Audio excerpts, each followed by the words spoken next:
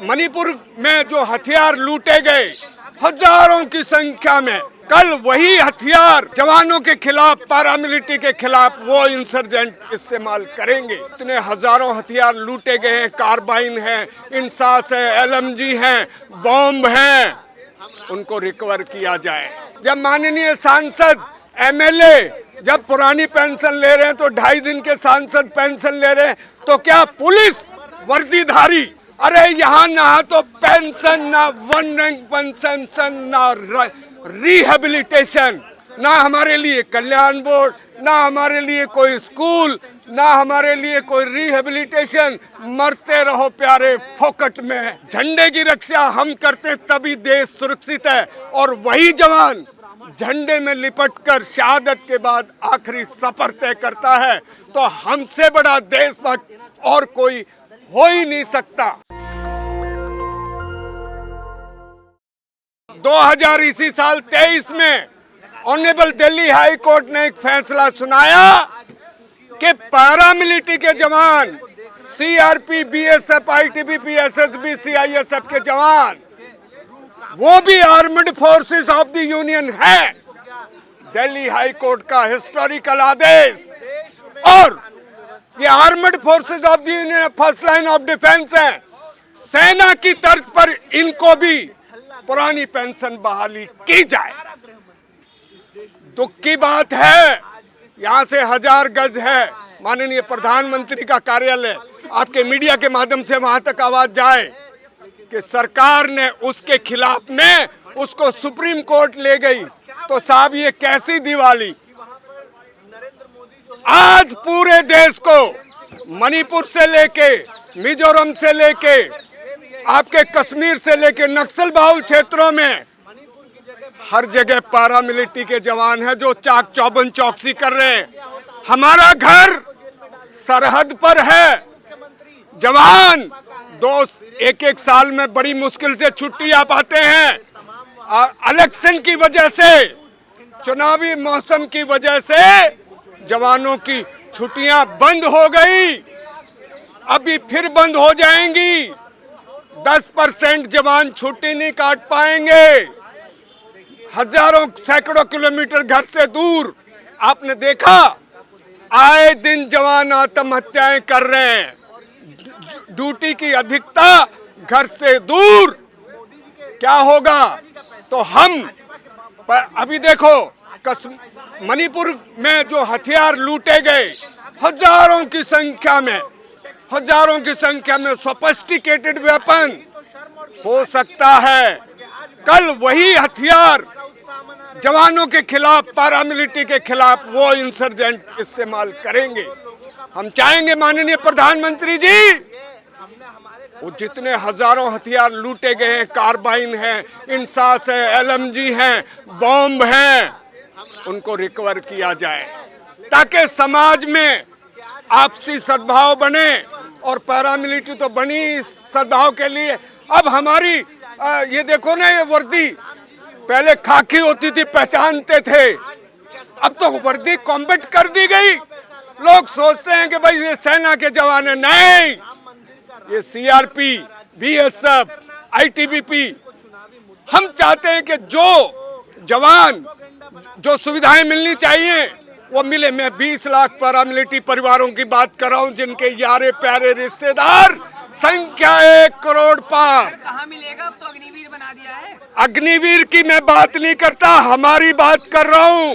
Paramilitary के जवान, अग्निवीर का भी क्या है, अभी तो अग्निवीर की शादी नहीं हो रही।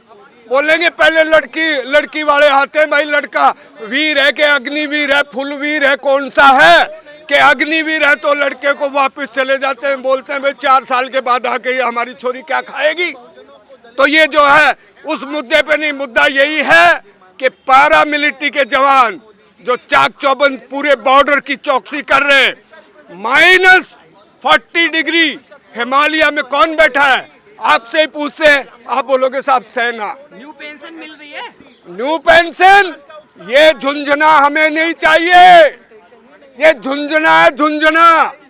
पुरानी पेंशन एटीजी, जब माननीय सांसद एमएलए जब पुरानी पेंशन ले रहे हैं तो 2.5 दिन के सांसद पेंशन ले रहे हैं, तो क्या पुलिस वर्दीधारी, मैं दिल्ली पुलिस की भी बात करता हूं, मैं पैरामिलिट्री की भी बात करता हूं कि उनको पुरानी पेंशन एज इट इज दे दीजिए और आप राज कीजिए। मोदी जी 10 साल और आप जो है राज करेंगे।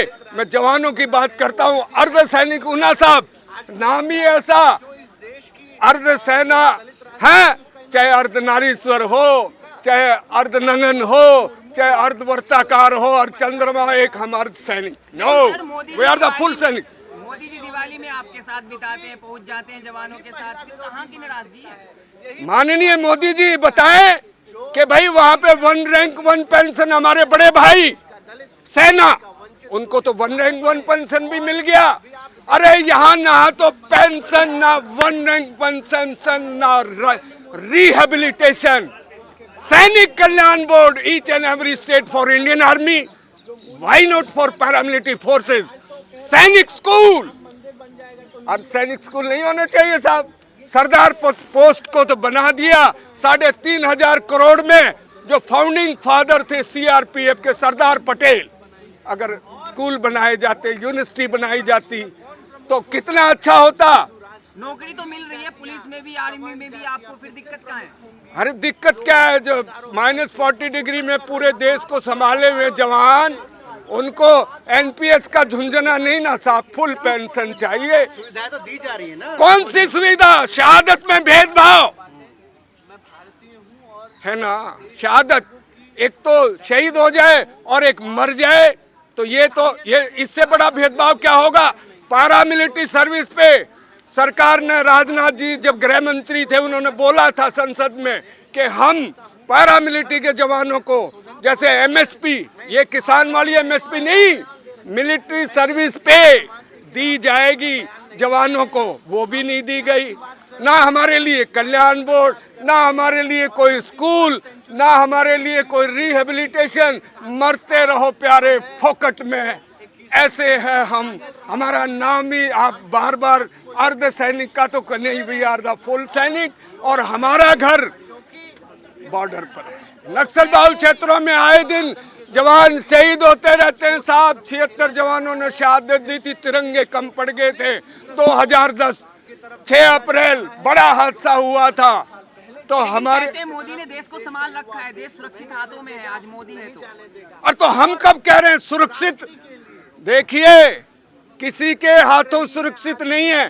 पैरामिलिट्री के जवान, फोर्सेस के जवान, जो पूरी जिंदगी 40 साल देश के तिरंगे झंडे की रक्षा करते हैं साहब, झंडे की रक्षा हम करते हैं तभी देश सुरक्षित है। और वही जवान झंडे में लिपटकर शहादत के बाद आखिरी सफर तय करता है। तो हमसे बड़ा देशभक्त और कोई हो ही नहीं सकता। अच्छा, लास्ट सवाल, आप जंतर मंतर पर हैं, मोदी जी अयोध्या में हैं, हाँ। क्या लगता है आपकी मांगे पूरी होगी?